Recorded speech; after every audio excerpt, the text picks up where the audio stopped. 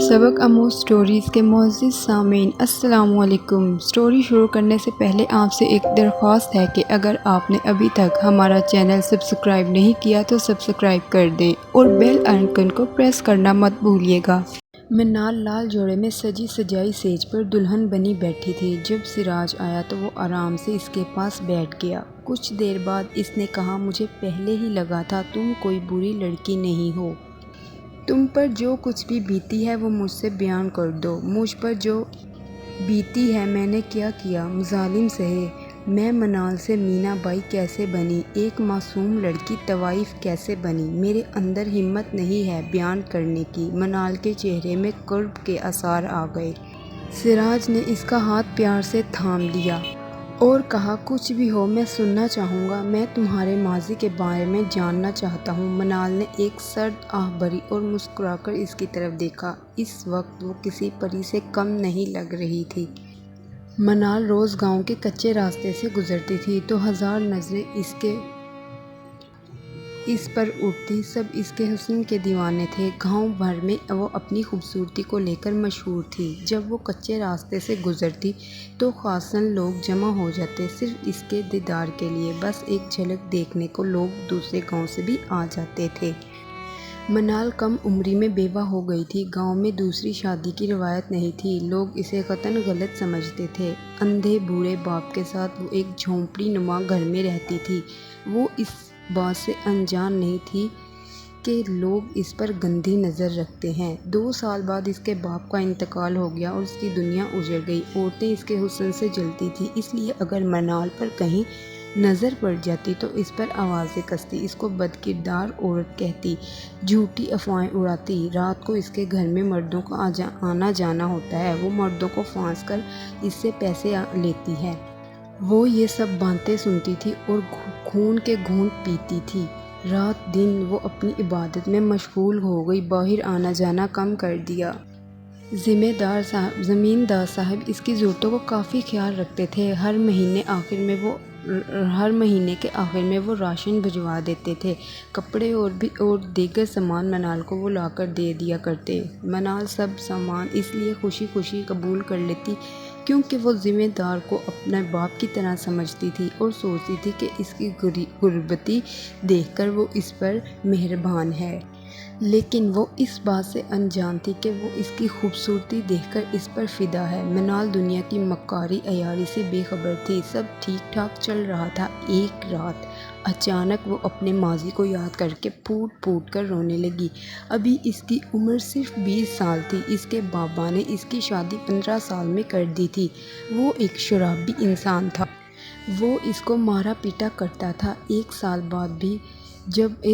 बाद वो भी इस दुनिया से रुखसत हो गया। वो अपने बाबा के घर आ गई और बाबा भी इसको हर वक्त ताना दिया करता था, मनहूस कहीं की, अपने शोहर को ही खा गई। ना जाने वो कौन सी मनहूस घड़ी थी जब हमारे यहाँ तू पैदा हुई। वो बाबा की बातों का बुरा नहीं मानती थी। इनको हमेशा से ही बेटे की ख्वाहिश थी, लेकिन खुदा ने मनाल को इनके घर भेज दिया। माँ जब तक जिंदा थी तो इसका बहुत ख्याल रखा करती थी। पूरे गांव की नज़र इसकी खूबसूरती पर थी, लेकिन माँ के जीते जी कोई इसे आंख उठाकर भी नहीं देखता था। बाप अंधा था और माँ बड़े साहब यानी ज़मींदार के यहाँ काम करती थी। माँ के मरने के बाद मनाल इनके यहाँ जाने लगी और लोगों ने गंदी गंदी अफवाहें उड़ा दी।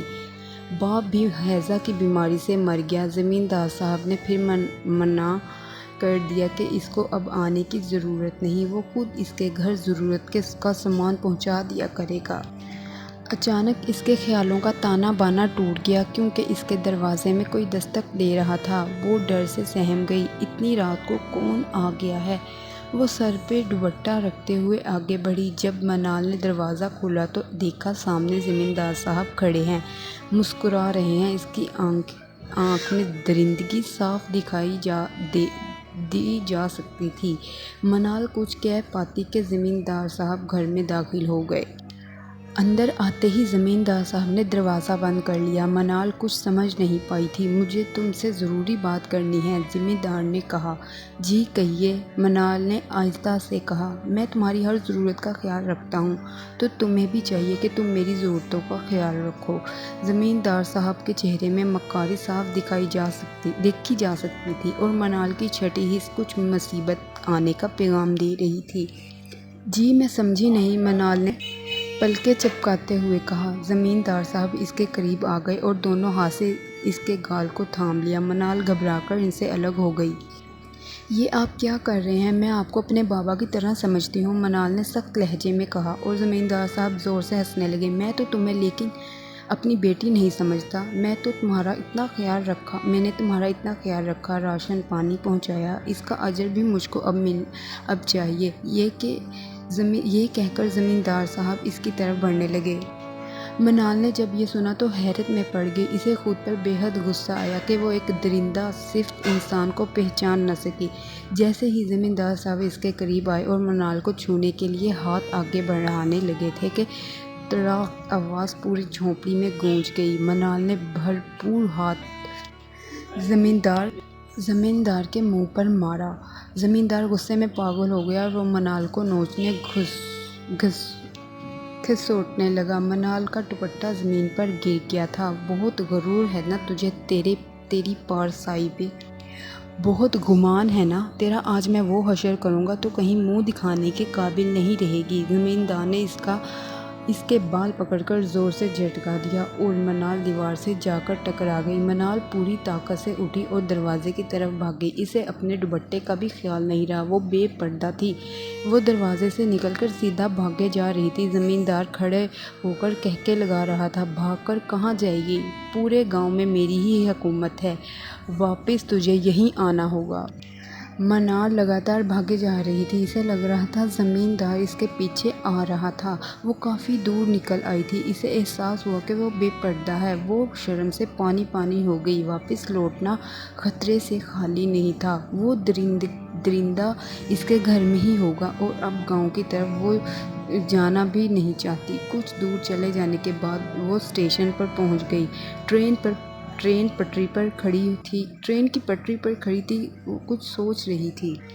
ٹرین کی پٹری پر کچھ سوچے سمجھے بغیر پٹری پر جا کر کھڑی ہوئی۔ وہ دعا کر رہی تھی کہ اس کو ٹرین کچل کر آگے بڑھ جائے۔ جینے کی خواہش اب نہیں تھی، وہ بس مرنا چاہتی تھی۔ اچانک ایک بزرگ نے اسے پٹری پر دیکھ لیا اور منال کو پٹری سے ہٹا کر سمجھانے لگا اور اپنے ساتھ شہر لے گیا۔